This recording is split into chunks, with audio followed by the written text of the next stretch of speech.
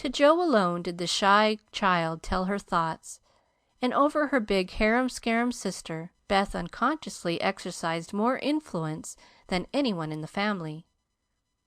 The two older girls were a great deal to one another, but each took one of the younger sisters into her keeping and watched over her in her own way, playing mother, they called it, and put their sisters in the places of discarded dolls with the maternal instinct of little women. "Has anybody got anything to tell?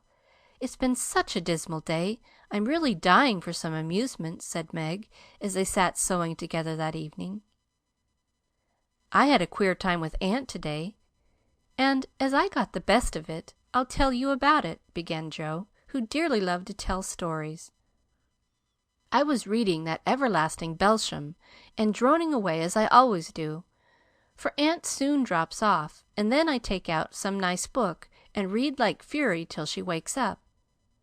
I actually made myself sleepy, and before she began to nod, I gave such a gape that she asked me what I meant by opening my mouth wide enough to take the whole book in at once. 'I wish I could and be done with it,' said I, trying not to be saucy. Then she gave me a long lecture on my sins and told me to sit and think them over while she just lost herself for a moment. She never finds herself very soon, so the minute her cap began to bob like a top-heavy dahlia, I whipped the Vicar of Wakefield out of my pocket and read away with one eye on him and one on Aunt. I just got to where they all tumbled into the water when I forgot and laughed out loud.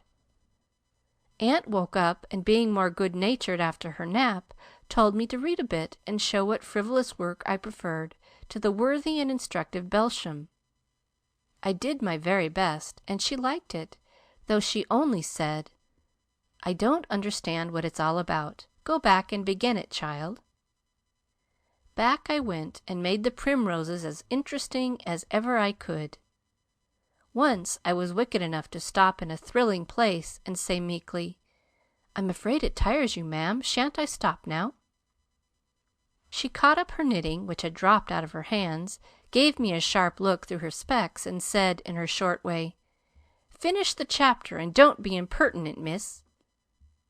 "Did she own she liked it?" asked Meg. "Oh, bless you, no.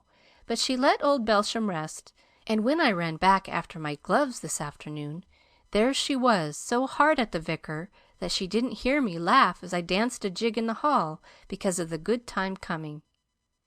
What a pleasant life she might have if only she chose! I don't envy her much, in spite of her money, for after all rich people have about as many worries as poor ones, I think," added Joe. "That reminds me," said Meg, "that I've got something to tell. It isn't funny like Joe's story, but I thought about it a good deal as I came home. At the King's today I found everybody in a flurry, and one of the children said that her oldest brother had done something dreadful, and Papa had sent him away. I heard Mrs. King crying, and Mr. King talking very loud, and Grace and Ellen turned away their faces when they passed me, so I shouldn't see how red and swollen their eyes were. I didn't ask any questions, of course, but I felt so sorry for them, and was rather glad I hadn't any wild brothers to do wicked things and disgrace the family." "I think being disgraced in school is a great deal tryinger than anything bad boys can do," said Amy, shaking her head as if her experience of life had been a deep one. "Susie Perkins came to school today with a lovely red cornelian ring. I wanted it dreadfully, and I wished I was her with all my might. Well, she drew a picture of Mr. Davis with a monstrous nose and a hump, and the words, 'Young ladies, my eye is upon you,' coming out of his mouth in a balloon thing. We were laughing over it when all of a sudden his eye was on us, and he ordered Susie to bring up her slate. She was paralyzed with fright, but she went. And oh, what do you think he did?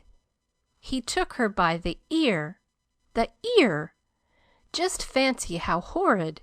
And led her to the recitation platform and made her stand there half an hour holding the slate so everyone could see."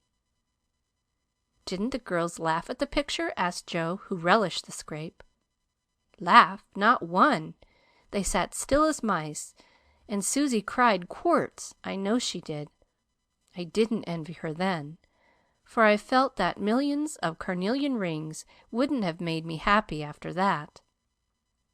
I never, never should have got over such an agonizing mortification."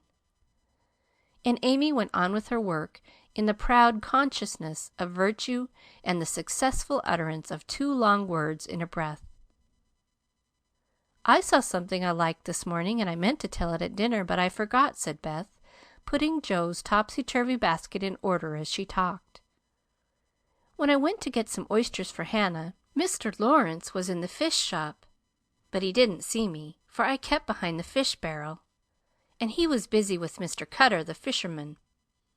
A poor woman came in with a pail and a mop and asked Mr. Cutter if he would let her do some scrubbing for a bit of fish, because she hadn't any dinner for her children, and had been disappointed of a day's work.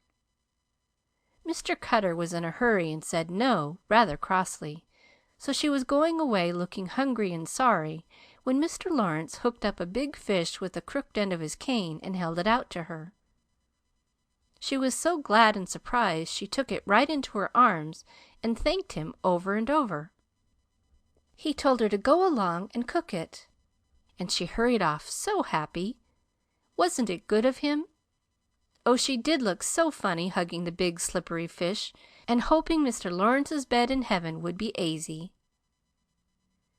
When they had laughed at Beth's story, they asked their mother for one, and after a moment's thought she said soberly, "As I sat cutting out blue flannel jackets today at the Rooms, I felt very anxious about Father, and thought how lonely and helpless we should be if anything happened to him.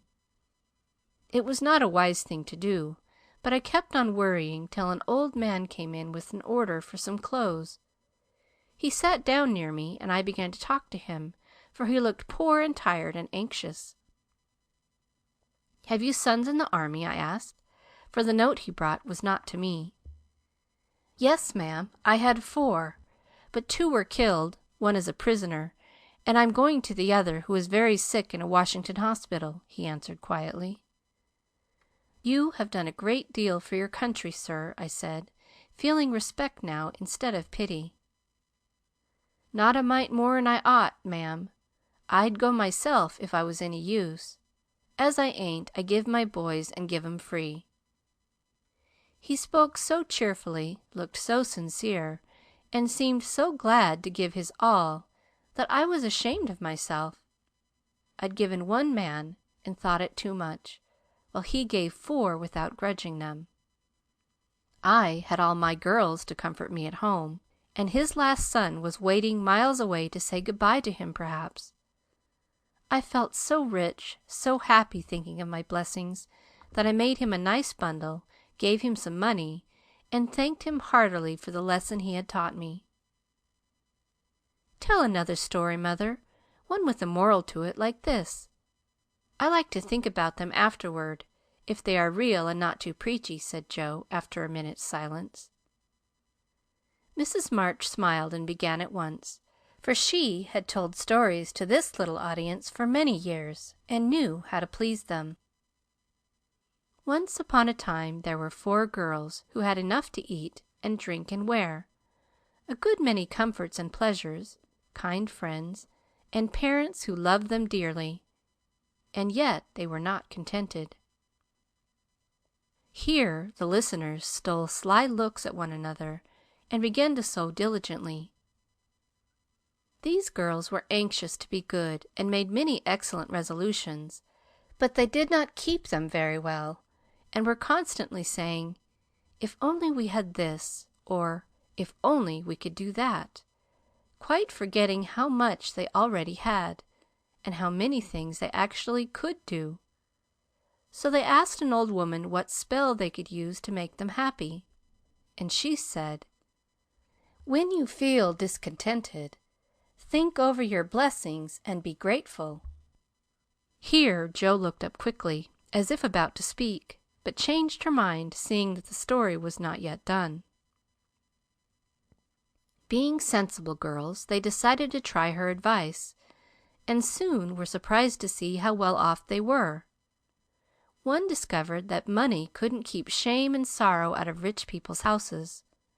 Another, that though she was poor, she was a great deal happier with her youth, health, and good spirits than a certain fretful, feeble old lady who couldn't enjoy her comforts. A third, that disagreeable as it was to help get dinner, it was harder still to go begging for it. And the fourth, that even carnelian rings were not so valuable as good behavior. So they agreed to stop complaining, to enjoy the blessings they already possessed, and try to deserve them, lest they should be taken away entirely instead of increased. And I believe they were never disappointed or sorry that they took the old woman's advice. "Now, Marmee, that is very cunning of you to turn our own stories against us and give us a sermon instead of a romance," cried Meg. "I like that kind of sermon. It's the sort Father used to tell us," said Beth thoughtfully, putting the needles straight on Joe's cushion. "I don't complain near as much as the others do, and I shall be more careful than ever now, for I've had warning from Susie's downfall," said Amy morally. "We needed that lesson, and we won't forget it. If we do so, you just say to us as old Chloe did and Uncle Tom, 'Tink ob your marcies, chillen, tink ob your marcies,'" added Joe, who could not, for the life of her, help getting a morsel of fun out of the little sermon, though she took it to heart as much as any of them. Chapter 5